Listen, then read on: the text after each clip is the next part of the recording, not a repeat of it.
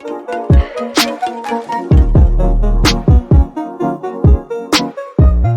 up, Notary family? Welcome back to my channel. Shanice here of SM the Mobile Notary, coming at you with another video. Now we are almost up to like 600 subscribers, which is awesome. So thank you for subscribing to my channel. Old subscribers, new subscribers. I appreciate the great feedback that I'm being helpful to you all. I think it's a great idea for me to reintroduce myself to my newer subscribers, and I'm not sure why I am out of breath. So give me a second. My name is Shanice. I am a part-time loan signing agent in the state of New Jersey, specifically North Jersey. I work a full-time career during the day, and I operate my business primarily in the evenings and on the weekends. Now, I think that is great to preface based on just the conversation or the video that I want to make today, because there are a few narratives or a few things that are being discussed, and people are in the midst of making some really tough decisions, right? Like, should I become a part-time loan signing agent? Should I become a full-time loan signing agent, right? Like that question alone. But the second layer is, should I quit my job and become a part-time loan signing agent, or should I quit my job and go full-time with this?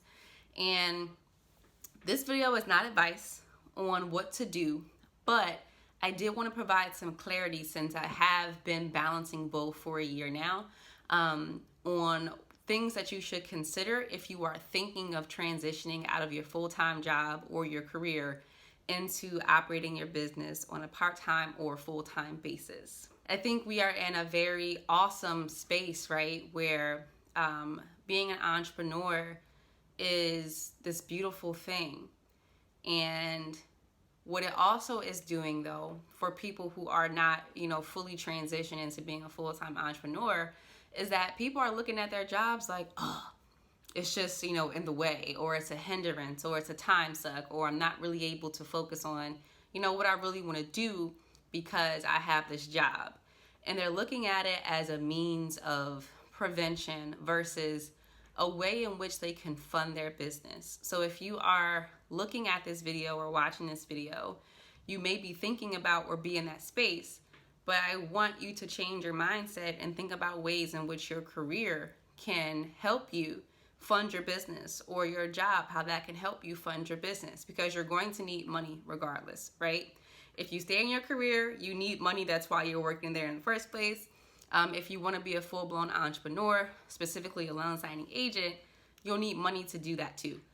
So clearly financial need is a need of everyone, but there are different ways in which you can maximize to make sure that you are setting yourself up on the right foot to be a successful loan signing agent, whether it's full-time or part-time. Okay, now the first thing to really consider is a mindset and attitude shift, right? Like, what is your level of flexibility? When you go from working for someone else, like being an employee, to being an employer, to being responsible for what you have to do, being responsible for the product that you generate, the day-to-day practices of your business, there needs to be a hunger to do that. There has to be a shift in your mind where you go from being, complacent, from being behind a desk, to really getting out there, still being behind your desk, right, to plan, but really knowing that you are the driving factor in your business. You will make your business grow. If you don't have that mentality, if you don't have that hustler mindset, being a loan signing agent is not going to be the industry for you. I can tell you that right now. It seems glorious, and you hear people saying, I made $12,000 a month doing loan signings, and I made $6,000 a month doing loan signings. And those things are absolutely possible to do. But that person did not just wait around and wait for signings to fall in their lap. They got out there and got after it. Or they put themselves in a position to network and meet the right people where they did not have to essentially work as hard when it comes to like doing the legwork. But essentially preparation, all those things, they've worked to do those things, but not in the same way that a person who has no connections will have to do and heavily rely on signing services. Those two things are very different. But it's important to know that it's still work. And if you're not willing to put in that work, then maybe this may not be the industry for you. Maybe being an entrepreneur may not be for you. And you know what? That's totally okay. Until you're in that space, maybe you should just plan to stay at your job just a little bit more until you can figure out, what will make you hungry? What's that thing that you're chasing? What do you know you will put your all into to be the best business owner that you can possibly be? For me, I run a part-time business, but I don't treat my business like a side hustle. I don't treat my business like it's a part-time business. I treat it like it's a business. I give it all the attention that I can possibly give it. When I'm at work, I'm at work. There's nothing I can do there.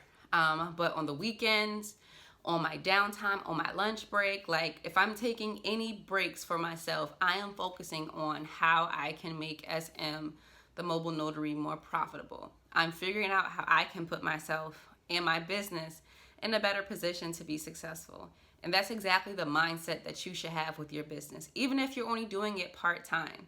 You don't want to treat it like that, because what it essentially does is you form this relationship where it's easy for you to cut corners, right? It's easy for you not to invest as much time or energy into your part-time business because it's only part-time. It's easy to say, well, I'm only doing this part-time. Why would I spend $1,000 on this conference? Or why would I spend $400 on this training system if I'm only going to do this part-time? Or why do I have to sit down and allocate days just for marketing? I'm only doing this part-time. So it allows you to not hold yourself as accountable. But if you look at your business, whether it's part-time or full-time, and look at it just as a business, just as that, you'll see how much energy and effort that you put into it, where you form this relationship where you are your business. And when you're sitting around not doing anything, you feel uncomfortable because you feel like you should be doing something to better your business. So that's something that I do that I find that's really helpful. And I do hope that's helpful to you if you're thinking about making that shift. Now, the second one is really important, like super duper important. I am not saying that you should stay anywhere where you are being emotionally abused, physically abused, verbally abused. I am not saying any of those things. I'm also not telling you to quit your job either. Take what I'm saying with a grain of salt and apply it to you as you see fit. But you never want to leave a job without a plan. And that's whether you want to go from job to job, whether you want to go from a job to a business, whatever you plan to do, never leave without a proper exit strategy. And this is less about the employer. I'm not talking about putting your 2 weeks in. I'm not talking about that at all. What I'm referencing is if you know you want to be a business owner of a signing service, or you want to be a loan signing agent, you need money. You need some savings. So maybe your plan is, okay, 3 months from today, I'm going to transition out of my full-time job because I will have enough money saved to endure startup costs. Or maybe it's 4 months from now, I will transition out of my job and that'll be enough money for me to have saved to feel comfortable in case business is slow in the first couple of weeks or the first couple of months. You always need to have a reserve account. If you do not have money saved for a rainy day, you are going to be, excuse my language, up shit's creek, right? Like no one wants to feel pressured and strapped for cash, especially when you could have avoided that by just planning a little bit better. Remember, your exit strategy is all about you, right? Any real hustler, any real entrepreneur is going to take an unfavorable situation and turn it into gold. It may not actually be gold, right? But it's going to look and feel better than what it was initially. And that's what your role is, especially when you step into that entrepreneurial space, is how can you take your situation and flip it into something that's better and works better for you. So having money saved up is key.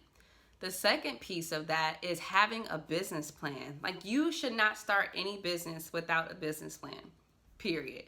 Because that essentially is the foundation of your business. When I started thinking about the businesses I wanted to start, being a loan signing agent was not the first one. I had a plan for different businesses that I wanted to start.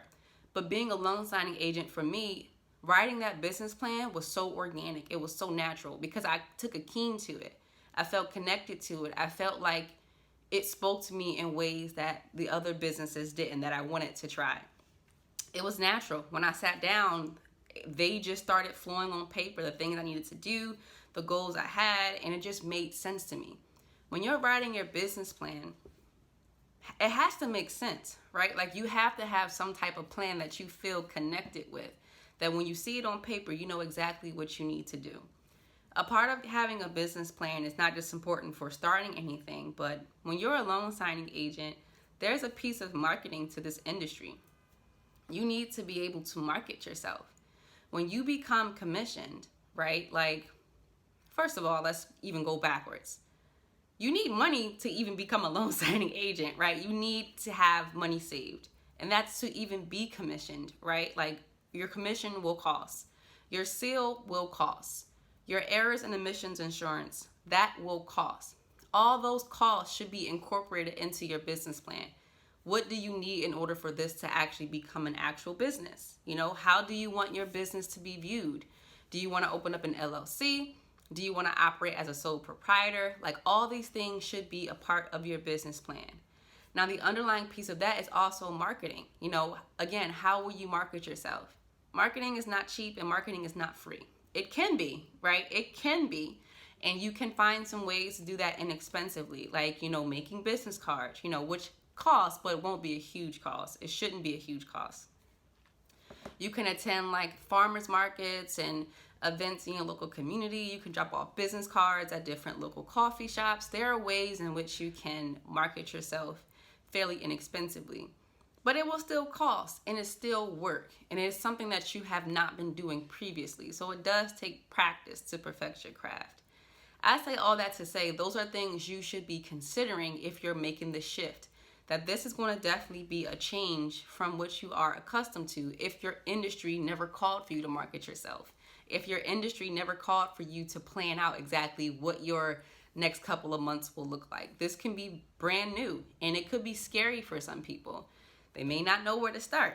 They may not know what training system to take, which also costs, right? So again, having your plan, your exit strategy plan is super duper important if you want to have that smooth transition into being a part-time or a full-time loan signing agent. One more thing to add on the marketing piece, and I think people don't talk about this enough, is that once you get commissioned, that is awesome. Shout out to you for being commissioned. But literally no one knows you exist, right? Here in New Jersey, you will get commissioned by the county clerk after you complete your application. You go down to the county clerk's office, you sign your signature. You are now a notary public viewed in the eyes of New Jersey. But clients are not going to knock on your door or call you on your cell phone or message you on Instagram and say, hey, can you notarize a document for me? Unless you've been marketing yourself, right? Talking to friends and family or, you know, whatever.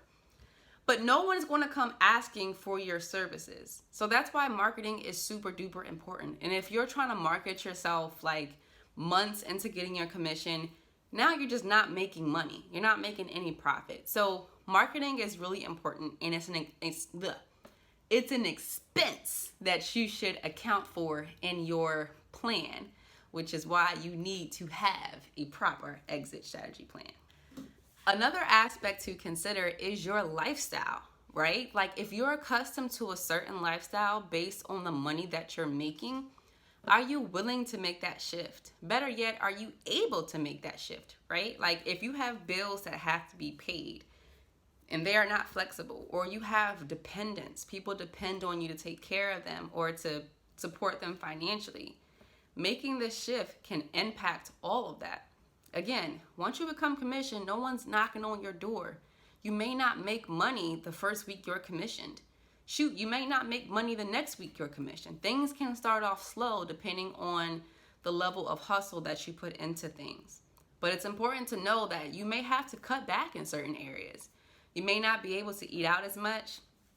You may have to be mindful of the amount of electricity you're using. Like, you may have to be mindful of your car payments. I mean, all these things that you have, you just have to be mindful of your plan to pay those things. That's exactly why having that reserve account is super important if you're thinking about making that transition, because if those first few weeks or first few months are slow, you know at least you have a little bit of time to build your clientele, to network, and to market yourself. If you don't plan those things accordingly, if you don't want to have an exit strategy plan, if you don't want to adjust your lifestyle, then now you just have this business that's not even a real business yet, and the relationship to it is negative because it's not giving you anything. It's not providing anything for you. And you may not want to continue to pursue that business. And that's just not right for you. It negates the reason why you shifted from your full-time job to this career in the first place. So if you're in that space, there is some self-awareness that you need to do. You know, are you willing to change your lifestyle for a couple of weeks? Are you willing to spend money in different places that you may not have had to spend money in previously? Does that still work for you, or are you even able to do that? One of the most important pieces is the benefits that you have attached to your career or full-time job. Now, I'm just saying 9 to 5 broadly because those are the hours that most people work. My hours are definitely not 9 to 5, but I would just say that. Depending on what job you have, like I said, if it's maybe a job that you're just working, it doesn't offer you the maximum amount of benefits, it's just, you know, paying your expenses and that's it, then that may be an easier transition into being self-employed. But if you're working a job or a career that offers you benefits like health insurance, dental, vision, like your copay is super low, you have a large network of doctors you can choose from, those things are all important because those things are tied into your employment. It's not just what you make, right? It's not just what you take home. Your salary is an additional benefit from the other benefits that you receive through your employer. Other things to consider are your retirement plans. Have you been contributing to your 401k? Does your job offer that? That's something that you will have to enroll in by yourself if you are going to be self-employed. Does your job offer stock options or benefits at discounted rates, right? Like, do you work for Tesla? Do you have Tesla shares at fairly low prices? That's a huge perk. And it's not to say that you can't have those things as a self-employed or entrepreneur or however you want to label yourself. You just have to do those things by yourself, right? Like, you can still invest, right? I have tons of friends who invest as entrepreneurs. I invest. I have a brokerage account, but I also have a retirement plan, and I invest through my company that I work for. If that's the route you want to take, absolutely do so. Just open up your own brokerage account. If you need to shop around for health insurance, you can absolutely do that. The things to keep in mind is that these things will cost differently than they did because your employer was participating in that network or with those companies or organizations. On your own, you may need to just find those same services that are offered for a more affordable price to you. So again, it's not impossible to do. It just takes some extra legwork. And if you are not accustomed to doing that, you could feel lost, you could be frustrated, and that should not prevent you from leaving your job. But it's just something that you should consider, knowing that there's just some extra work that you have to do on your end in order for you to be covered, not just financially, right? Because we're always going to make money. Money is money. But God forbid, if something were to happen to you, can you go to the doctor? Do you have enough money to go to the doctor? Does that become a stress for you now? Or if you want to start heavily investing or contributing more to your retirement, what options do you have to do those things? Those are all conversations that you should be having with yourself. And it's important to consider that those are still benefits included with your career that you may, again, just have to do more of, do more research of, or do more legwork of to have those same benefits as a full-time entrepreneur. So I know I said a lot of things in this video, and there are a ton of other things that you should consider if you're thinking about making that shift. But these are some that stuck out to me, and I really wanted to just put that on your minds if you're thinking of making that transition. In the comment section below, feel free to write if there are any other things that you should consider if you're thinking about becoming a loan signing agent full-time or part-time and leaving your career, or if I missed anything that could be helpful for people to consider if they are apprehensive about making that shift. I do hope this video was helpful. Feel free to continue to like, comment, and subscribe. And again, follow me on Instagram at s.mthemobilenotary.com. No, that is not my Instagram name. It is s.mthemobilenotary. s.mthemobilenotary.com. That's my website. Feel free to DM me with questions, and I would love to answer all those things. Until next time, SM, the Mobile Notary, out.